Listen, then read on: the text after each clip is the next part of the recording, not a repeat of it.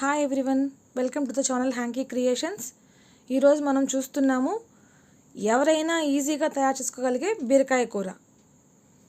ముందుగా మనకు కావాల్సిన పదార్థాలన్నీ కూడా మనం సిద్ధంగా ఉంచుకోవాలి.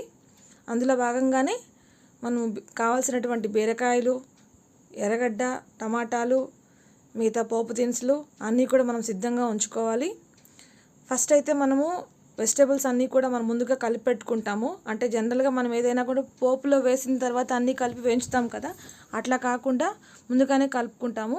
ఒక బౌల్ తీసుకొని బీరకాయలు, మనం సిద్ధంగా ఉంచుకున్నటువంటి ఎర్రగడ్డలో కొన్ని ఇప్పుడు వేస్తాము, కొన్ని తర్వాత పోపులో వేస్తాము.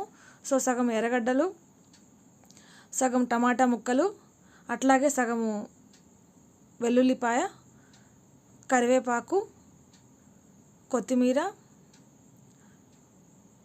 ఉప్పు, పసుపు,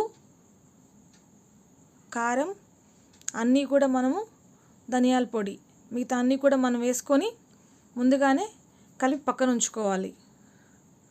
సో మనం వేసినటువంటి ఉప్పు కారం అంతా కూడా ముక్కలకు పట్టేలాగా బాగా కలిపి పక్కన ఉంచుకున్న తర్వాత స్టవ్ వెలిగించి బాండలు పెట్టి కొద్దిగా నూనె పోసి, కొద్దిగా ఆవాలు, కొద్దిగా జీలకర్ర, మనం ముందుగా మిగుల్చుకున్నటువంటి వెల్లుల్లిపాయలు కొద్దిగా వేగనిచ్చిన తర్వాత మిగిలినటువంటి ఎర్రగడ్డలు కూడా వేసి, దాంతోపాటుగా కరివేపాకు కూడా వేసి బాగా వేగనివ్వాలి.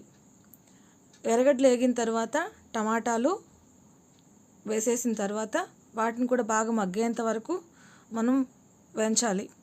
టమాటాలు వాడిపోయిన తర్వాత మనం ముందుగా కలిపి పెట్టుకున్నటువంటి ఆ బీరకాయ, టమాటాలు ఏవైతే మనం కలిపి పెట్టుకున్నామో అవన్నీ కూడా మన బాండెట్లో వేసేసి మొత్తం బాగా కలియబెట్టాలి. కొద్దిసేపటికి అది ఆవిరికే బాగా ఉడికి కొంచెం మగ్గుతుంది. మగ్గిన తర్వాత ఒక గ్లాసు నీళ్ళు లేదా తగినన్ని నీళ్ళు అందులో పోసి కొంచెం తెల్లేంత వరకు ఓపెన్గానే బాగా తెల్లనివ్వాలి. అట్లా మనకు తెల్లిన తర్వాత పైన మూత పెట్టేసి మీడియం ఫ్లేమ్లోకి తగ్గించేసి బాగా ఉడకనివ్వాలి.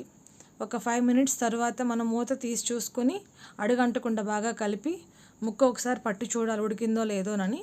తర్వాత మళ్ళీ కూడా మనం మూత పెట్టి ఇంకొక 5 మినిట్స్ ఆగి మనం మూత తీసి చూసామంటే మనకు ఆల్మోస్ట్ ముక్క ఉడికిపోయి ఉంటుంది. అంటే మనం లేత బీరకాయ తీసుకున్నామంటే ఆ పాటికి ఉడికిపోతుంది, లేదా కొంచెం ముదురుదైతే ఇంకొంచెంసేపు ఉడకాల్సి ఉంటుంది. ఇక్కడైతే నాకు ఉడికిపోయింది కాబట్టి సో నేను వేయించిన ధనియాల పొడి కొద్దిగా చల్లి దాంతోపాటుగా కొద్దిగా కొత్తిమీర కూడా వేసి బాగా కలిపి స్టవ్ ఆఫ్ చేసేయాలి. ఒక 2 మినిట్స్ అలాగే ఉంచామంటే కూర బాగా దగ్గర పడిపోతుంది.